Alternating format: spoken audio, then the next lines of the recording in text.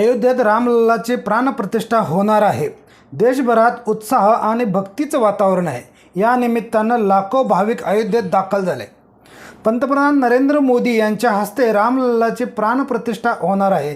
या निमित्त राज्य सरकारकडून राज्यात सुट्टीची घोषणा करण्यात आली होती। मात्र या निर्णयाविरुद्ध आता कायद्याच्या विद्यार्थ्यांनी न्यायालयात धाव घेतली आहे। रामलल्लाच्या प्राणप्रतिष्ठा सोहळ्यानिमित्तानं देण्यात आलेल्या राज्यातील सार्वजनिक सुट्टीला कायद्याच्या विद्यार्थ्यांनी आव्हान दिलं आहे। शिवांगी अग्रवाल, सचिन साळवे, वेदांत अग्रवाल, कृषी बांगिया यांनी या निर्णयाविरोधात उच्च न्यायालयात याचिका दाखल केली आहे।